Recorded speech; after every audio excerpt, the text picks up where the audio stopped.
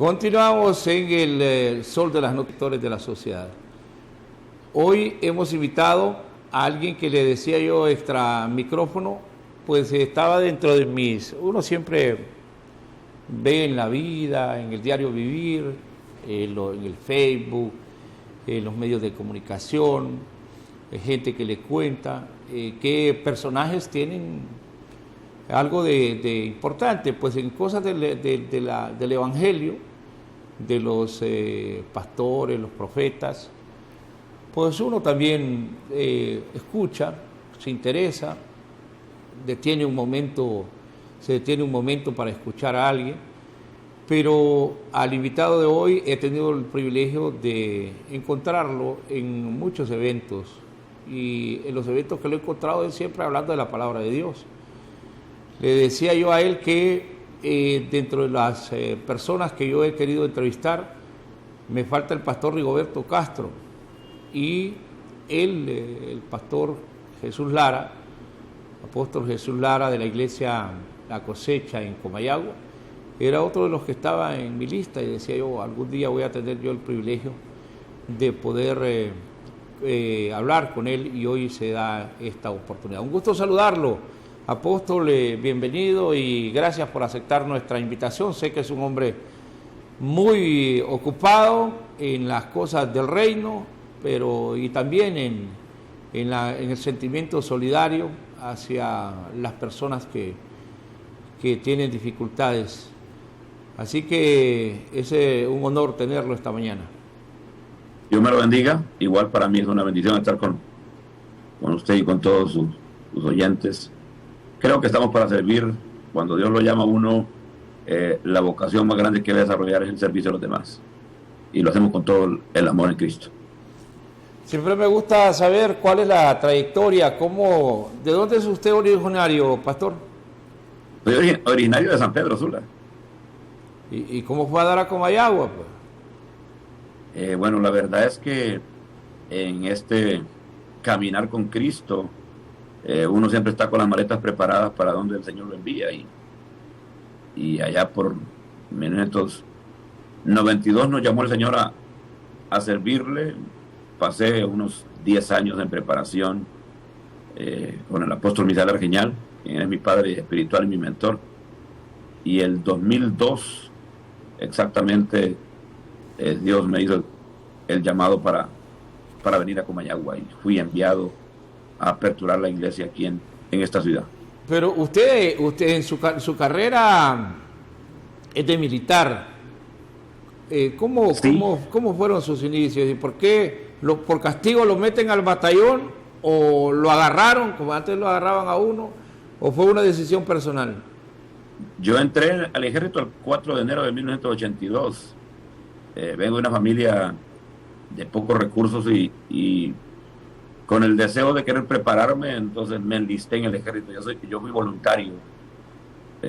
Entré exactamente el 4 de enero y luego fui trasladado de San Pedro Sula, el 3 batallón de infantería, hacia Pinalejo, en el 2º batallón. Ahí fui formado en el 2º batallón de artillería en Pinalejo, 1982. ¿Qué cargo alcanzó dentro de las Fuerzas Armadas? Llegué a ser un sargento primero.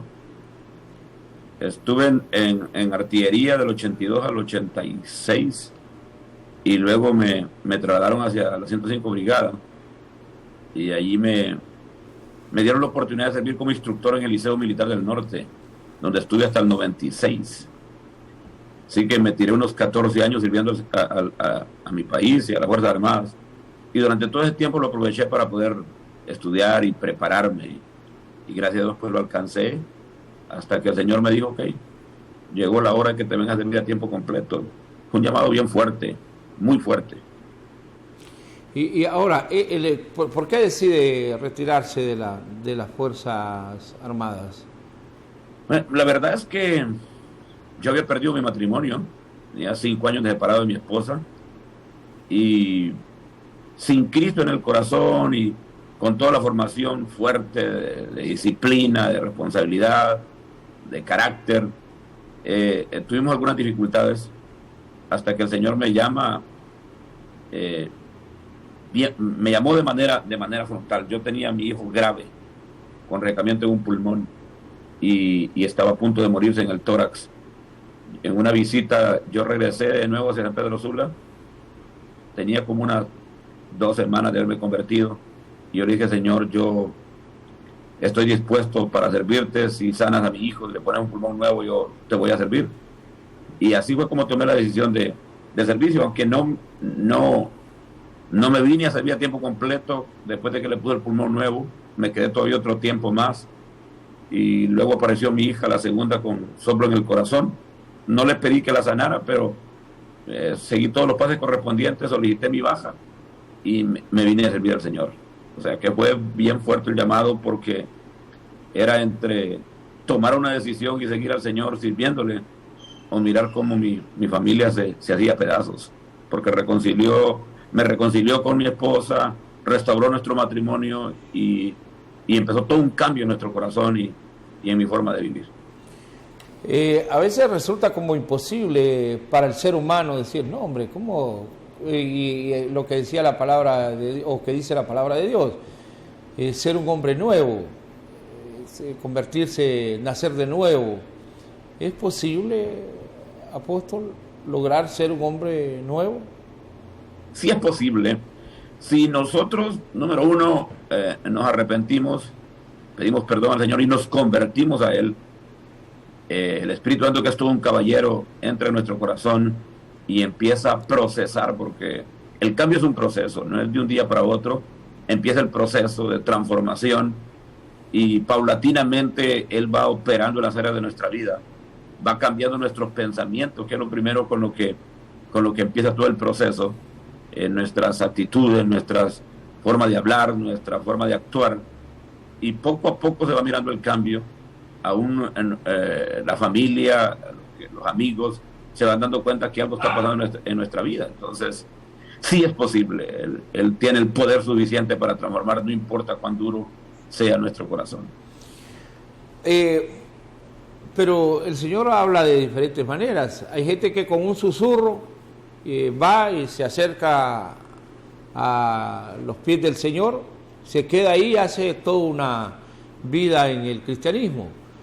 Otros términos medios, tiene que pegar un golpecito ahí para que reaccionen, pero otros van y Dios de repente se vuelve dramática la forma como Dios puede llamar al ser humano. ¿Hay se dan esas características en el llamado de Dios? Sí, se dan. Recuerde que Dios es omnipotente y Él tiene esa capacidad de poder transformarnos con un solo toque. Pero lastimosamente el corazón del ser humano algunos somos más duros que otros, son más difíciles de tratar, y de acuerdo a nuestro corazón es que los procesos son diferentes, pero el Señor es el mismo, y de acuerdo a nuestra sensibilidad y a nuestra disposición, Él va a operar en el corazón. Yo no tenía alternativa, no tenía otra, era el único camino. Fue un impacto bien fuerte en mi corazón. Así que yo no tuve opciones de mirar a la izquierda o a la derecha, sino de tomar una decisión fuerte, de entregarme completamente a Él y de ponerme a los pies de mi apóstol, que fue mi mentor, empezar un proceso de formación que duró 10 años y luego pues venirme a tiempo completo a servir al Señor en el ministerio.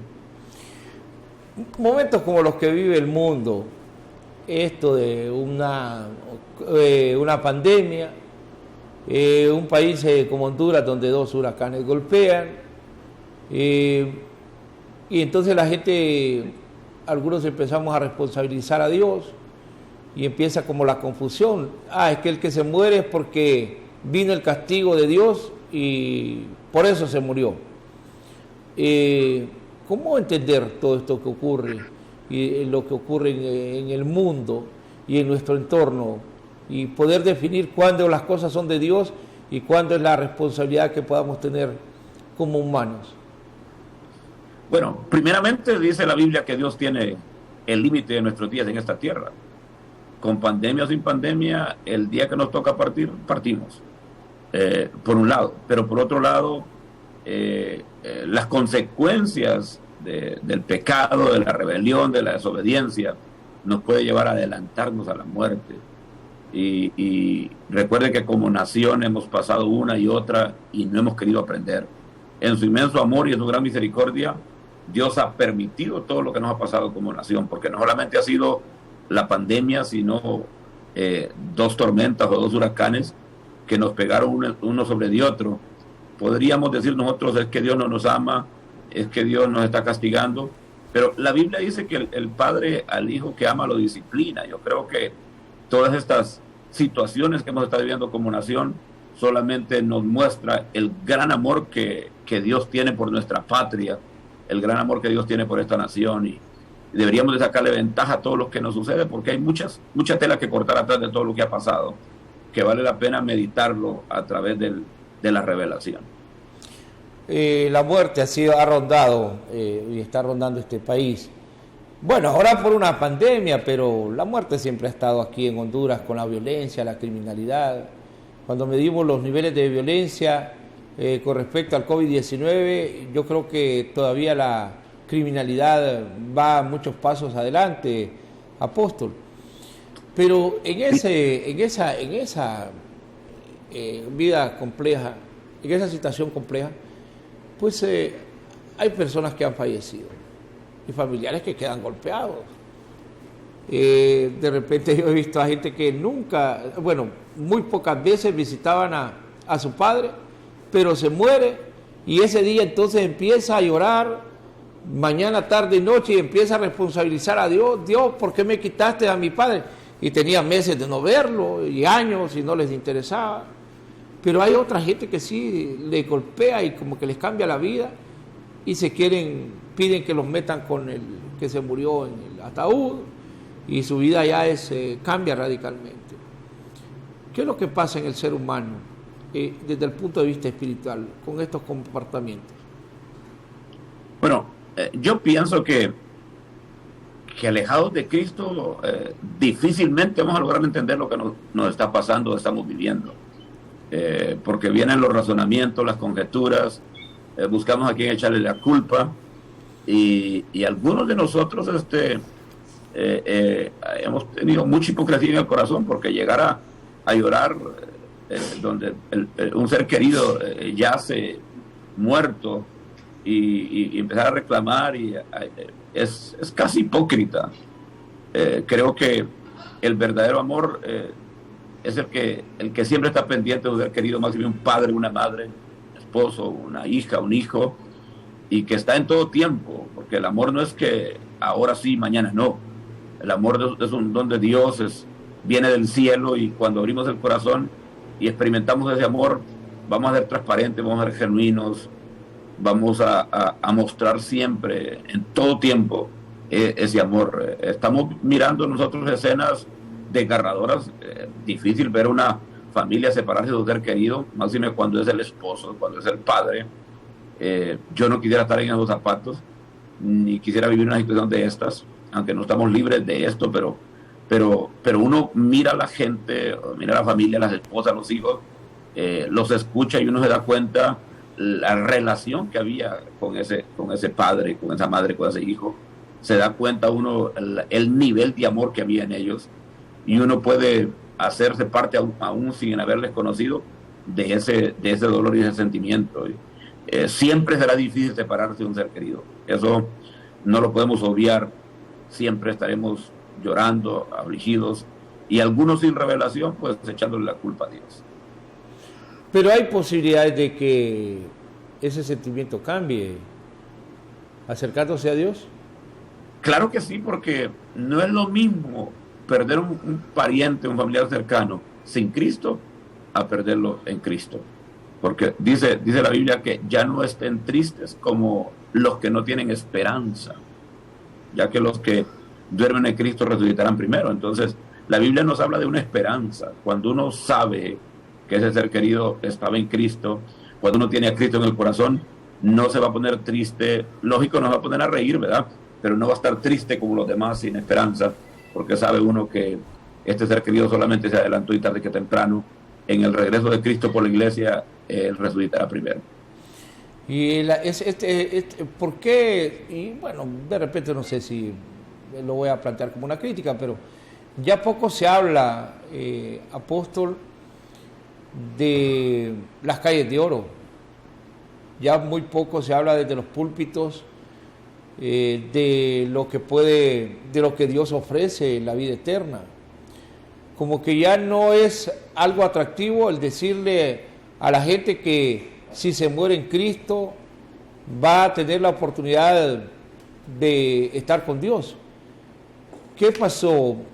¿Se ha opacado el mensaje en algunas iglesias en este sentido y se han preocupado por otras cosas que son intrascendentes?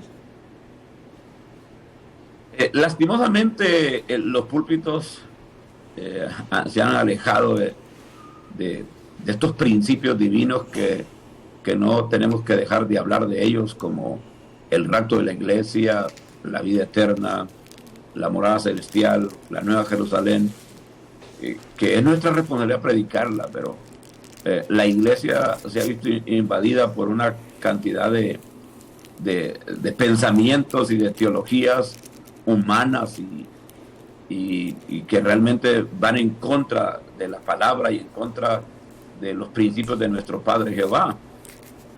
Yo creo que en los tiempos que estamos viviendo debemos de volver a esos caminos, a esas sendas antiguas, debemos de volver a ese evangelio, porque el evangelio siempre será esperanza, el evangelio siempre será oportunidad, y no podemos nosotros dejar de predicar de que Cristo viene pronto, de que si tenemos a Cristo en el corazón, tenemos la oportunidad de una vida eterna, de pasar la eternidad con el Padre. Ese debe ser un mensaje actual. Lastimosamente, cantidad de púlpitos están llenos de un evangelio barato, de un evangelio que alejado de Cristo y alejado de la palabra. Y eso duele porque pueden haber congregaciones con mucha cantidad de gente, pero no estar yendo hacia el cielo, hacia la vida eterna, sino hacia la perdición, porque es fácil.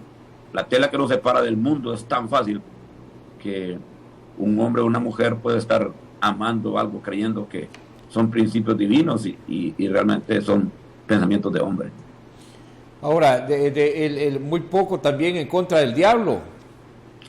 Lo mismo. Cuando el evangelio es un evangelio bajo una teología humana, el diablo no aparece en escena, porque se habla tanto de una cantidad de cosas que solamente alienan el alma de la gente, emocionan, y el evangelio no es para emocionar. El evangelio es para confrontar, para transformar, para cambiar. Y cuando ese evangelio se predica tal como Jesús lo pidió, van a haber cambios en la vida, y a la gente le va a llamar la atención, a la gente le va a atraer que le digan la verdad, porque el que realmente lo ama le va a decir la verdad, y si no lo ama no le va a decir la verdad, aunque hay verdades que están predicando en el púlpito que son verdades de hombres, que no tienen nada que ver con Cristo, ¿verdad? Y ahí es donde tenemos que ser cuidadosos en lo que vivimos. Ahora, veo y escucho a diario, apóstol, en programas en radio, en la televisión, a los brujos. Ya los brujos casi hablan igual a los evangélicos. Hablan de Dios, le dicen que le van a resolver el problema, que ellos conocen el futuro, lo tratan de hermano. Hay una confusión en el mundo. Para entender esas cosas de espirituales, ¿qué es lo que debe hacer el ser humano? Bueno, número uno, el verdadero cristiano tiene el discernimiento del Espíritu. Cuando tenemos al Espíritu Santo, por muy bonito que una persona hable, por muchas cosas que pueda hacer, porque el diablo también se viste de ángel de luz, no nos van a engañar. El Espíritu Santo nos va a revelar realmente cuando algo es contrario. Recuerden aquellos brujos que salieron al encuentro de Pablo hablándole palabras que parecían que eran buenas. Y Pablo lo que hizo fue reprenderlos, porque sabía que no venían de Dios, aunque les decían siervo. Entonces cualquiera le puede ser siervo, ungido, y si no estamos bien plantados en la palabra y no tenemos el discernimiento del Espíritu, nos van a engañar o nos van a emocionar. Y yo creo que los verdaderos cristianos nos movemos por convicción, ya no por emociones. Los años son etapas, son ciclos. Se cierra un ciclo, se abre otro. Y en el ser humano, como que tendemos a decir, no, cuando a partir del 1 de enero mi vida va a ser diferente, que voy a empezar a tener, a cuidarme, a correr, a ponerme a dieta, a guardar el dinero, voy a dejar de beber, voy a dejar de fumar.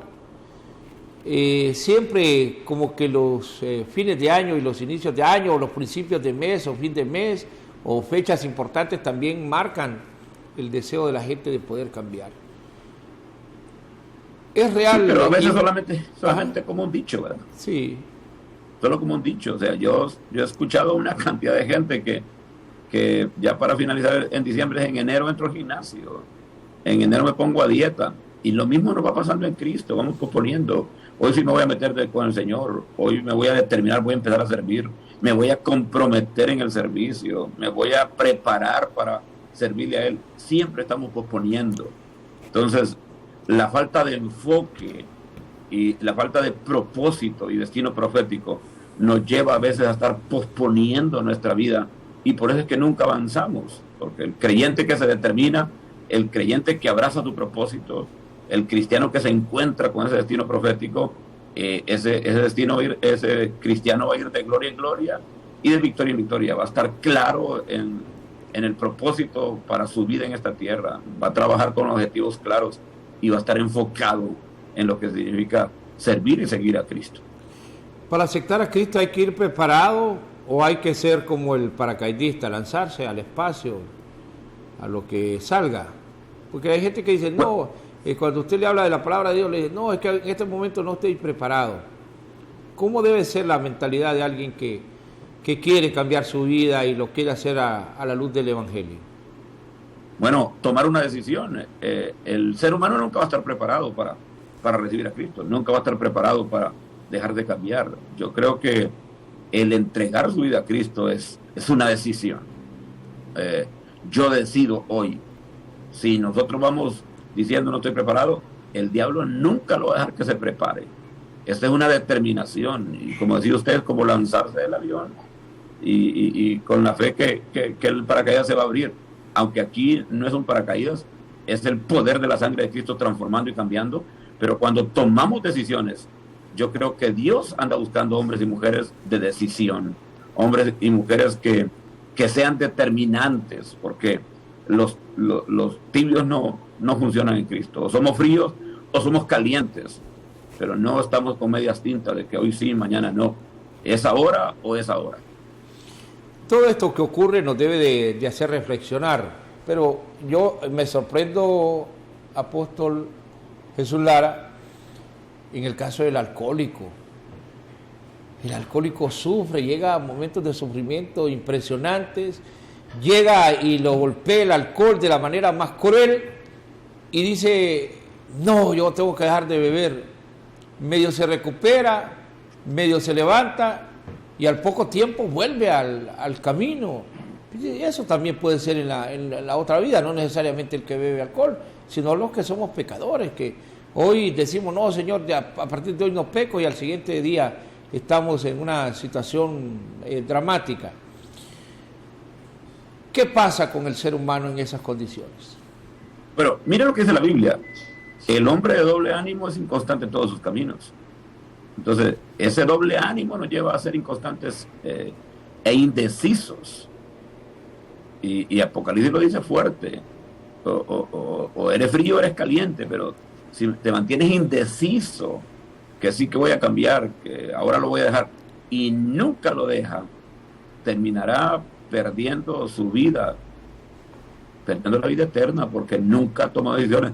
Y los templos están llenos de gente indecisa, están llenos de gente que no sabe qué hacer, y con esos mensajes frívolos y de emoción, un hombre no va a tomar decisiones.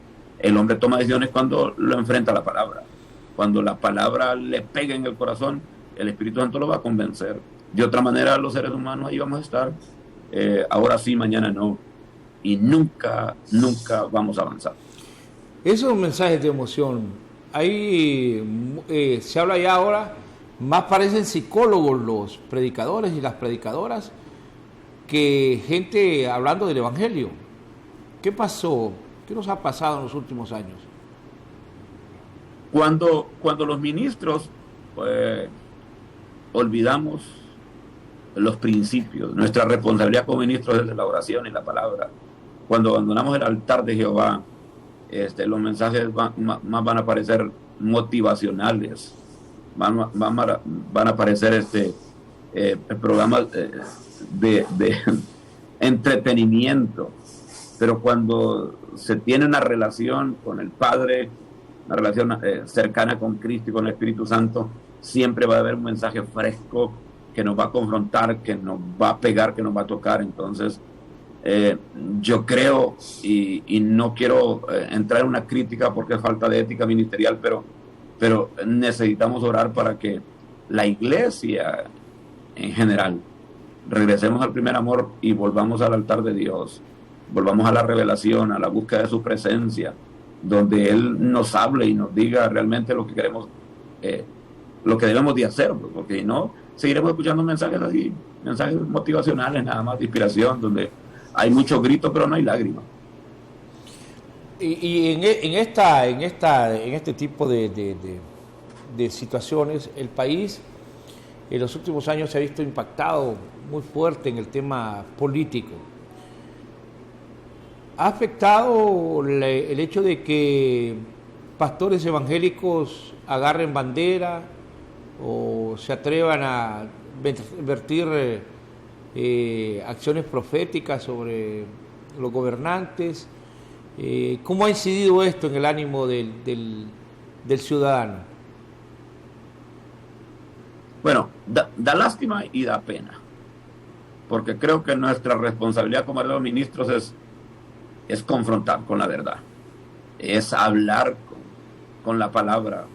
Cuando nos hacemos hacia un lado o hacia otro, o cuando tomamos una bandera como pastores, realmente o no tenemos llamado o el diablo nos confundió, porque creo que cuando hay llamado sabemos a quién servimos y hacia dónde estamos caminando. No vamos, nuestra dignidad y nuestra posición no será negociable con nada ni con nadie, porque sabemos quién nos ha llamado.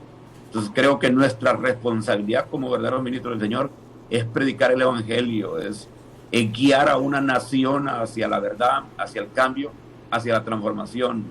El que los pastores se involucren en política, lo único que hacen es afectar más el corazón de la gente y traer más confusión al pueblo. ¿Usted está en contra de que los pastores puedan buscar cargos de elección popular como tales, los pastores? Bueno, si hablamos de verdaderos pastores, sí. El asunto es que como hay tanta gente que son mercaderes del Evangelio, esta gente ya no se puede llamar pastor. El que anda peleando, buscando una posición en el gobierno, no importa cuál sea, realmente o no tiene llamado o hace tiempo lo abandonó. Porque yo creo que si estoy claro en que Cristo me llamó para servirle, yo no voy a estar mirando a la izquierda o a la derecha. Yo estoy enfocado en servirle a Cristo, en predicar la palabra, en servir, en ayudar al prójimo. Si vamos a ayudar al prójimo, desde nuestra plataforma podemos hacerlo. Es más, la responsabilidad de ayudar al pueblo no es de un Estado, es de la iglesia. Y cuando la iglesia o cuando algunos pastores, entre comillas, quieren irse a una posición del Estado disque para servir, realmente eso es una mentira, es una falacia.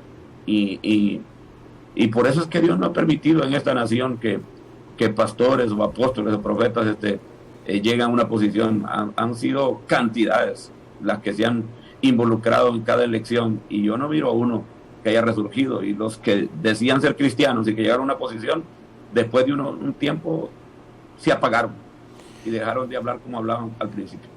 Ahora, en eso de los llamados, acláremelo, porque yo tengo un alto concepto de su persona y cada vez que yo lo oigo predicar es de satisfacción para mi alma y para mi familia, es de agrado, y quiero decirlo públicamente, aunque no he tenido yo la oportunidad de relacionarme cercanamente con usted, pero tengo el más alto concepto de lo que es un predicador del Evangelio.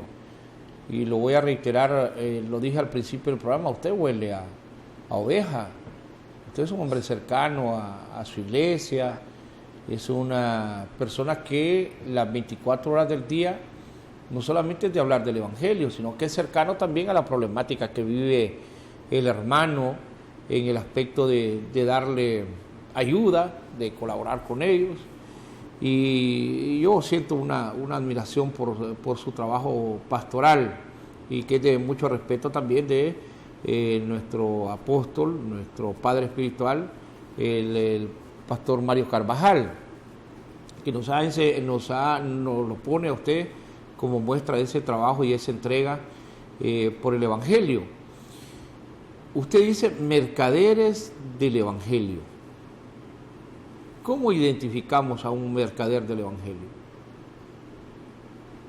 Sencillo, el que tiene llamado de parte de Dios, el que está cumpliendo con esa vocación, su único deseo va a ser servir, y va a vivir cercano a la gente. El día que un pastor deja de oler a oveja, deja de ser pastor.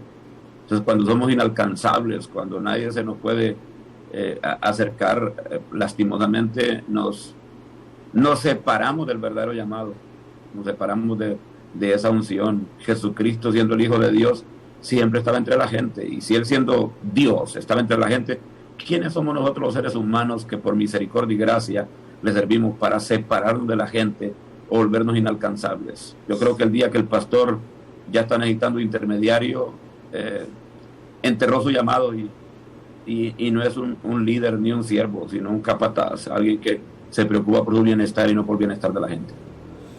Me agrada eso cuando dice que tiene que ser cercano y que no tiene que tener intermediarios. ¿Cómo lo debemos de entender entonces eso?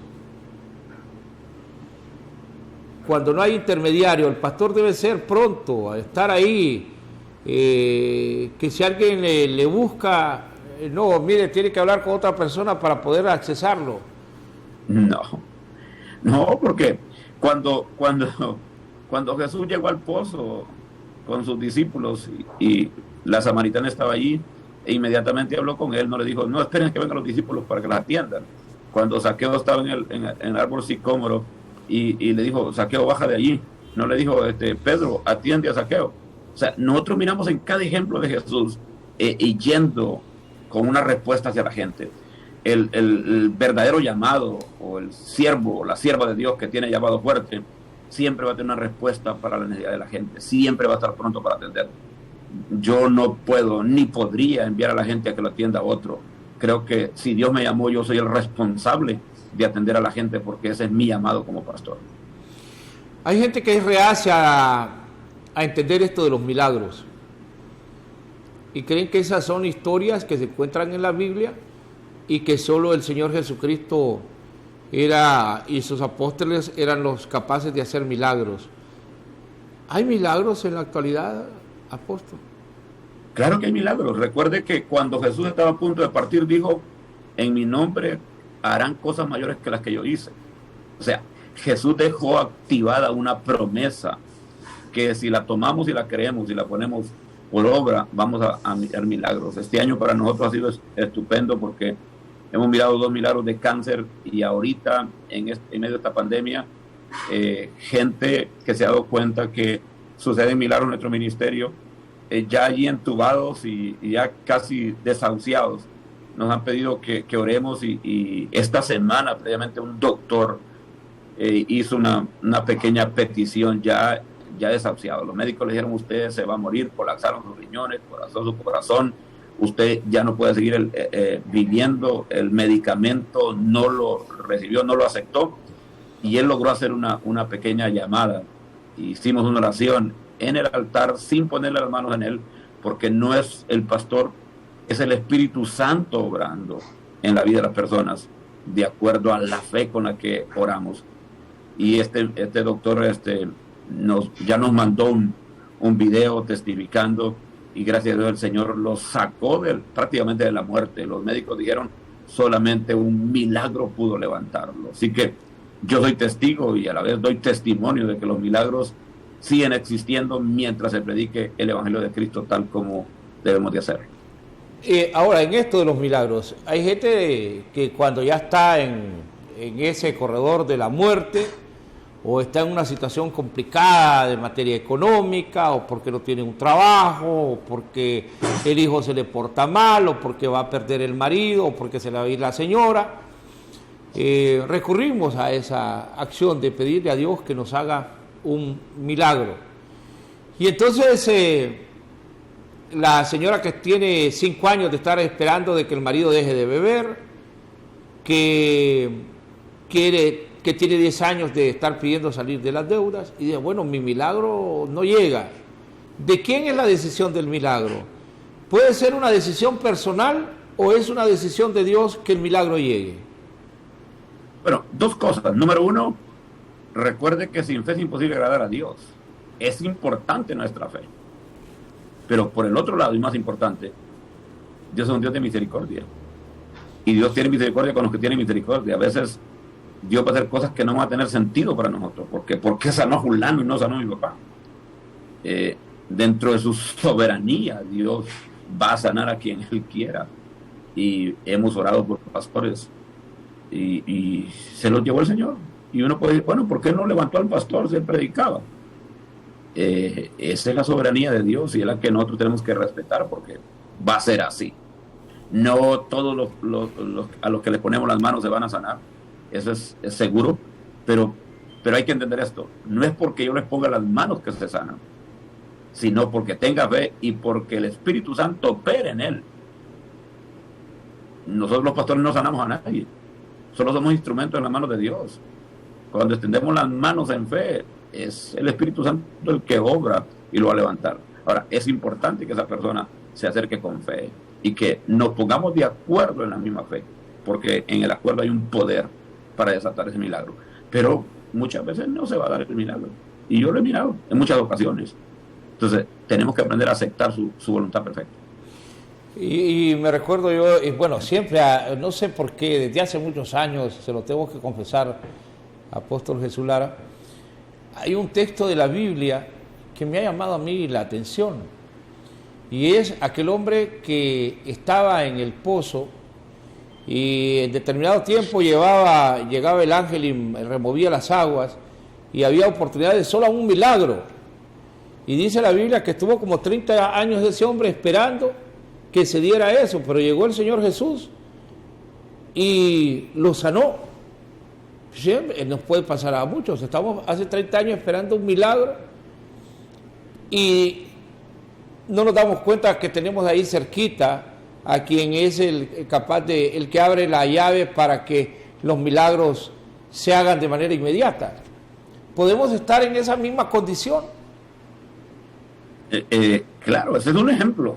Ese ejemplo del paralítico creo que debe hacernos reflexionar a nosotros, porque este paralítico tenía a Cristo, el que mandaba al ángel a remover el agua, y no se había dado cuenta que ahí tenía su milagro. Nosotros mismos podemos tener de frente a Cristo y a su Santo Espíritu para operar un milagro, y por estar embebidos o afanados en otras cosas, nos descuidamos, nos desenfocamos y podemos estar reclamando y quejándonos, y Cristo ahí frente para hacer el milagro. Este hombre dijo, es que cuando el ángel viene y remueve el agua, otros más rápidos se mueven y entran al agua, y yo no tengo nadie. Oiga, estaba frente al Todopoderoso y decía, yo no tengo a nadie que me ayude a meterme al estanque. Jesús muchas veces llega cuando nosotros pensamos que nada va a suceder o que no tenemos a nadie. Yo siempre estoy diciendo, no digamos que estamos solos, no digamos que nadie nos ama, no digamos que no tenemos a nadie, porque el día que Jesús murió en la cruz del Calvario, no solo murió por usted y por mí, murió por toda la humanidad, y los que nos acercamos a Él confiadamente, lo adoramos y le creemos, vamos a recibir ese milagro. ¿Hay milagros solo para los que son santos o hay milagros para los que somos pecadores? ¿Hay calificación para eso? La misericordia de Dios es tan extraordinaria que usted va a ver gente que no se congrega, que no ha estado un discipulado, y de repente recibe un milagro, y usted dice, bueno, ¿y aquí qué pasó? Si este ni se congrega. O el primer día que llegó solo a recibir el milagro. Yo le decía a alguien, porque me hacía la pregunta, y le decía, ¿sabes qué? anótale un cuaderno para que cuando llegues al cielo lo primero que le preguntes a Jesús es por qué lo sanó si él nunca estuvo en un discipulado. Entonces, debemos de estudiar un poquito más a profundidad lo que significa misericordia. Es una palabra demasiado amplia y nosotros la hemos tenido en tan poco. Dios es un Dios de misericordia. Dios es un Dios de misericordia y a veces va a permitir un milagro en una familia que nunca querido nada con Cristo para que abran su corazón o para que tengan la oportunidad de acercarse a Él. No tendrán la excusa de que Cristo no llegó a su casa, porque puede llegar a través de un milagro y darle la oportunidad de conocerlo a Él. Este tema de la misericordia, dice la Biblia que las misericordias cada mañana son nuevas, pero apóstol Jesús Lara, ¿es para los que tienen el diploma de discipulado? ¿Es para los que ya tienen el título de pastores? ¿Para quiénes son esas misericordias cada mañana? La misericordia es para todos. El sol sale para buenos y para malos. La lluvia cae para buenos y para malos.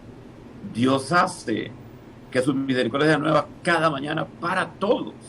Ahora, quienes accesamos a esa misericordia, ese es otro asunto. Pero las misericordias de Dios son nuevas cada mañana para todos. Lastimosamente, hemos tratado de hacerle creer a la gente que la misericordia solamente es para los que estamos dentro de un templo. No. Entonces Dios sería injusto solamente haciendo vertir la misericordia para los que estamos en un templo. Dios hace que sus misericordias nuevas cada mañana para todos. Que no todos las accesamos, ya es otra situación. ¿Y cómo entendemos la misericordia? ¿Cómo podemos decir el término de misericordia? ¿Qué es la misericordia para el ser humano? Venida desde Dios. Bueno, le voy a poner un ejemplo. Le voy a poner un ejemplo de repente dramático. Un joven fue todo el tiempo rebelde, violento, malcriado con su mamá, hizo algunas cosas incorrectas, fue un delincuente.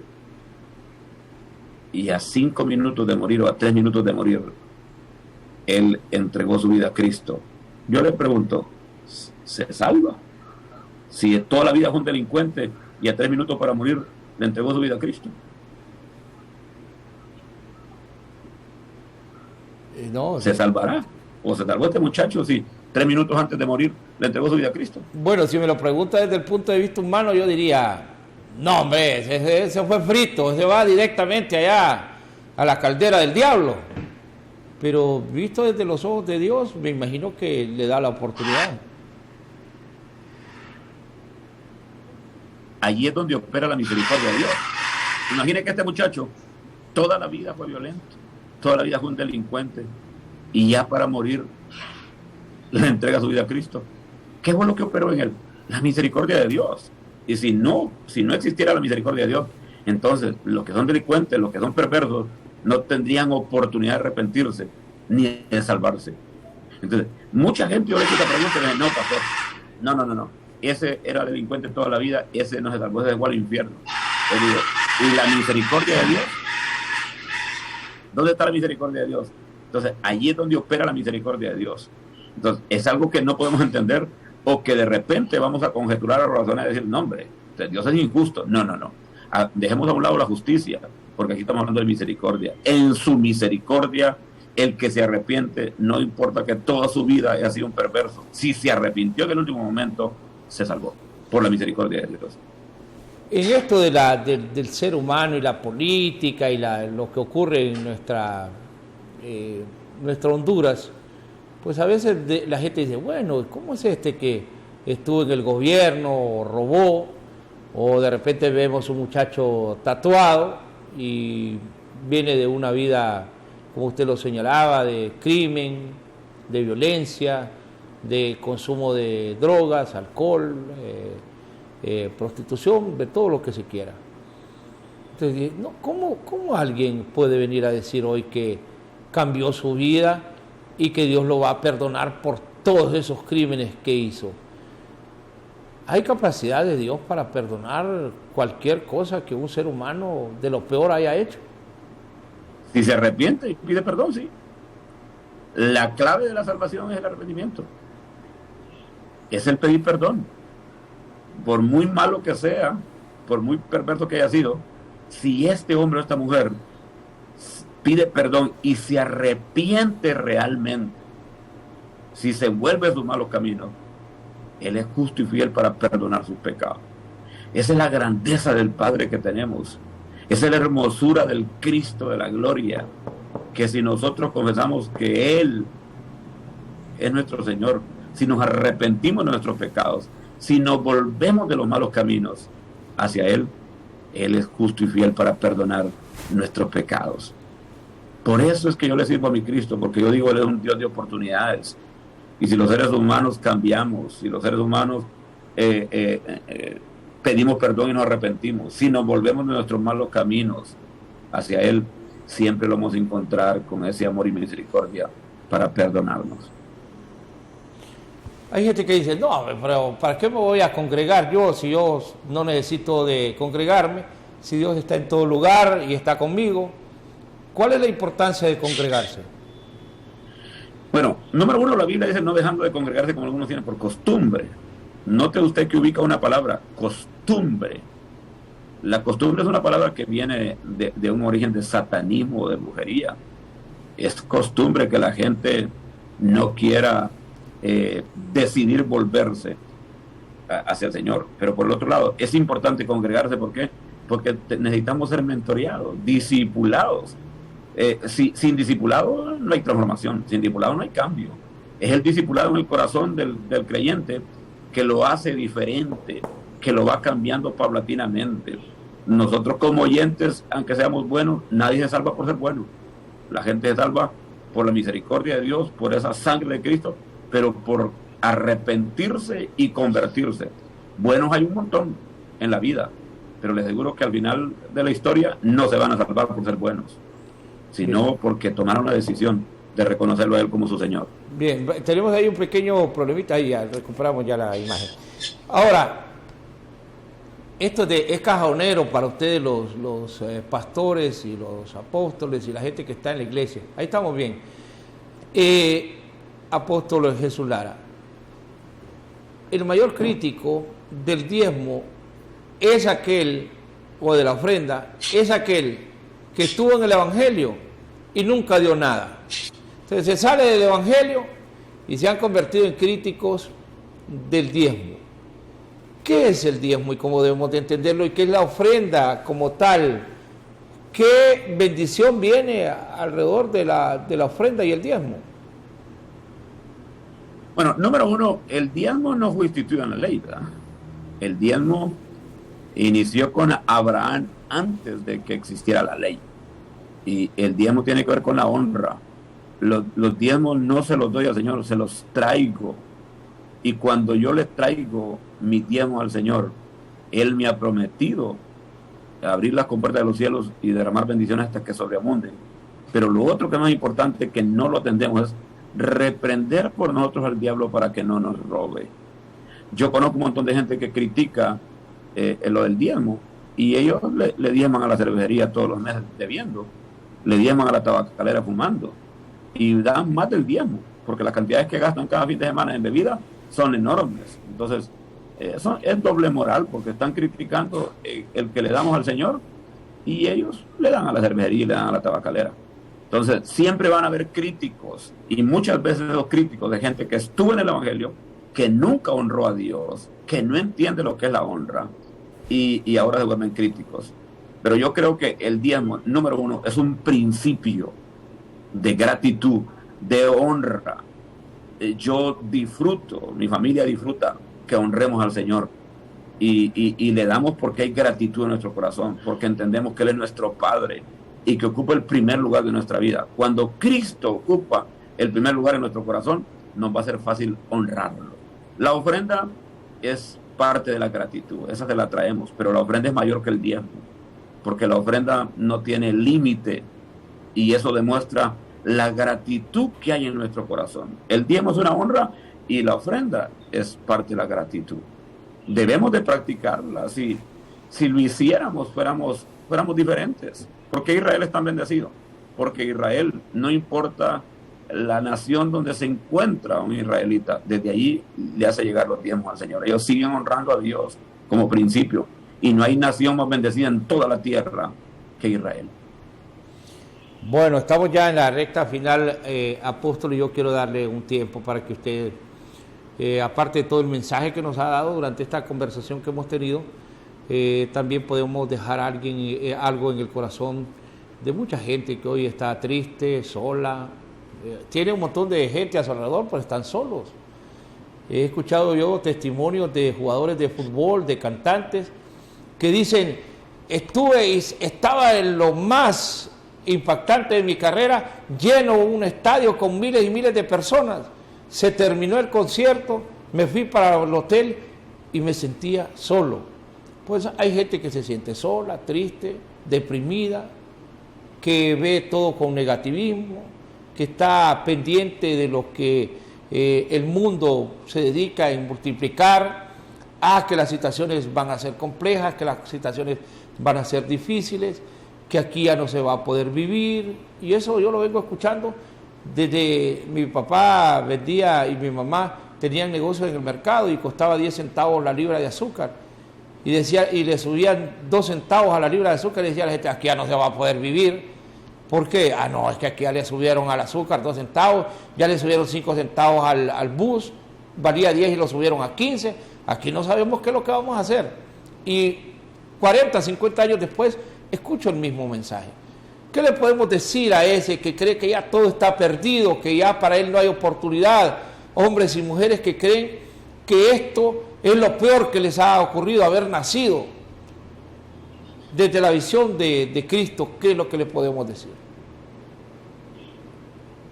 Bueno, a todos los que nos sintonizan, y no importa el lugar donde estén o lo que estén pasando, yo quiero decirles que ese vacío en el corazón solo lo puede llenar Cristo, y que si se sienten solos, que están desesperados, afligidos, si están emproblemados en su corazón, le den una sola oportunidad al Espíritu Santo para que opere en sus corazones, y Él tiene el suficiente poder y ese amor infinito y esa bondad, esa ternura para operar en su corazón, y créanme que sus vidas dejarán de ser las mismas y entenderán lo que significa realmente amar y servir a Jesucristo. Tú que la estás pasando difícil, tú que no tienes empleo, tú que has estado en gran dificultad, tú que estás triste por algún ser que has perdido, déjame decirte que Cristo es la esperanza, que Cristo es la oportunidad, que Él está a la puerta de tu corazón.